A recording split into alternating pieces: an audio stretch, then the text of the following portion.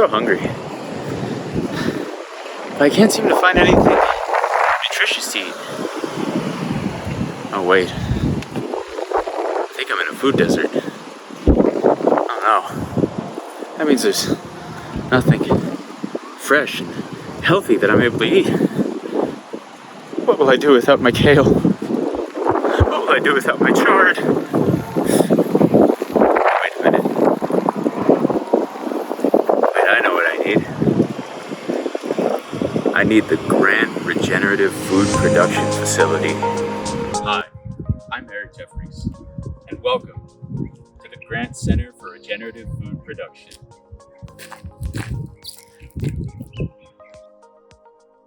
Because of its location within the South Los Angeles food desert, by bringing our urban agriculture to the people that need it most, we can attain a more regenerative and ecologically sustainable standard in food production.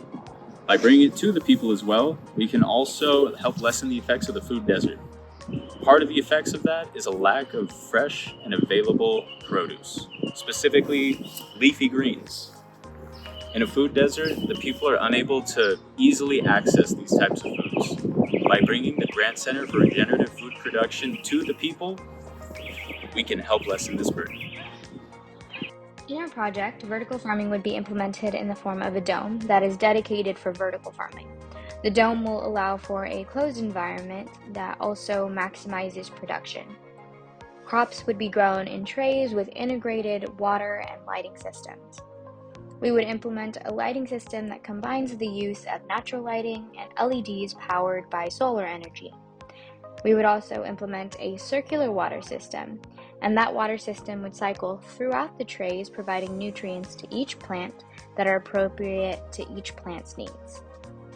Okay, the main advantage of vertical farming is that it allows for minimal land use with high production levels without exhausting the land. This is because plants are grown on top of each other in an upward fashion.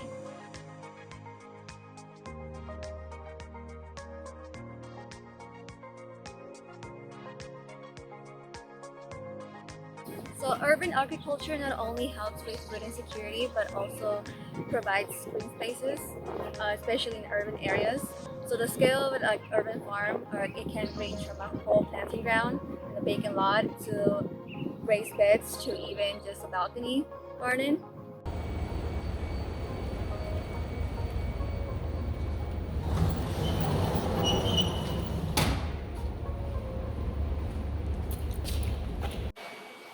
Okay, so this is one of our greenhouses for the Grant Food Production System. This is a little tour of our facility. So this is our greenhouse that focuses on aquaponics. Here we have some good lettuce that we're growing, some Swiss chard, some basil, more basil.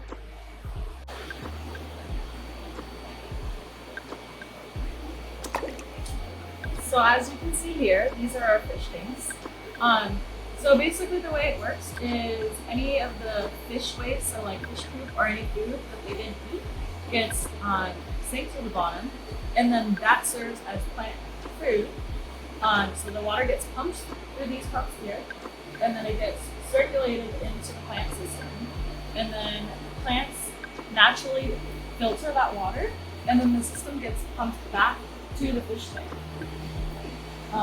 Through this process, there isn't a lot of water waste just because it's constantly getting filtered back and forth. However, you do need to dispose of some of the water occasionally just for cleaning purposes. If the disposal of the water is not done correctly, it could be damaging to water systems, but you can also recycle that water and use it for other applications. So these are the pumps that we use. They are called a Jabal sine wave pump. We have a 15,000 gallon per hour pump that we use for our fish, and a 20,000 gallon per hour pump that we use for our plants. And we have a backup just in case one fails, we're able to base it out. So in terms of the fish, and our fish needs, And the problem that we run into with fish feed is sustainability. Purina does not fall into a category where it's special. It runs into the same problem where you're overfishing small fish out of the ocean, grinding them up, and into a pellet. I also read a few, because I mean, that's the only part about this system that's like non-regenerative, that and like disposing of in the water. But I was reading somewhere that depending on the type of fish that you harvest, you could actually use compost worms. Like, Yep. And so basic black soldier fly falls in that same area. They will eat everything, okay. including the solids waste from the system. So that's usually one of the big problems you have with recirculating aquaculture is the fish solids. Even in aquaponics, the plants can't take it up, so it ends up being a byproduct that can throw out. Okay. A lot of people will repackage some of those along with fertilizer, a solids waste. A lot of plants will use it eventually as it breaks down. Okay. But if it breaks down in the system, it releases toxic ammonia back into the water. So you have to remove it, break it down, and then reintroduce it if you're going to use it in your systems. Okay. So how often do you have to dispose of that kind of waste? So I pull it out about once a week, maybe twice a week, depending on how often I'm feeding them. My thesis project though is to mineralize it and introduce it back in, so I'm actually not disposing of it, I'm breaking it down for use. Okay.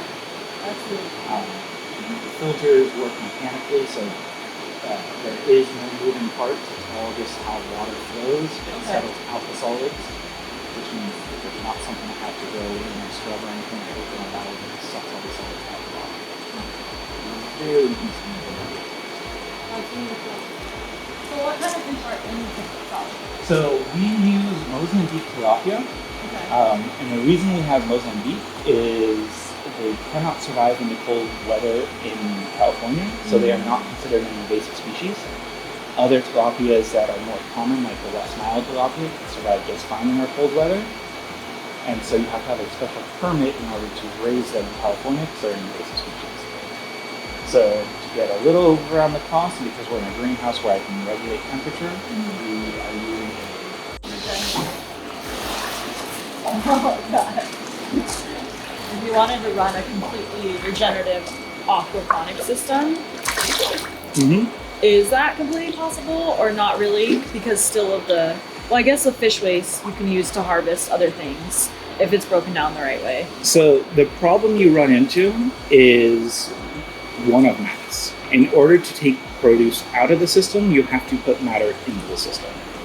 So you can't use the matter from the system to keep the system going, so it can't be completely closed because we want plants in the compost like that. So you have to have some outside source of feed going into it, but you can close quite a bit of the loop by using the waste to help regenerate that, or use some of your other waste as well. Like if you're cooking and have a compost bin, you can grow the feed for your fish using that. Okay. But you're not going to be able to keep it as a completely self-sustained system because you want the thing out of the system before you do something. Okay.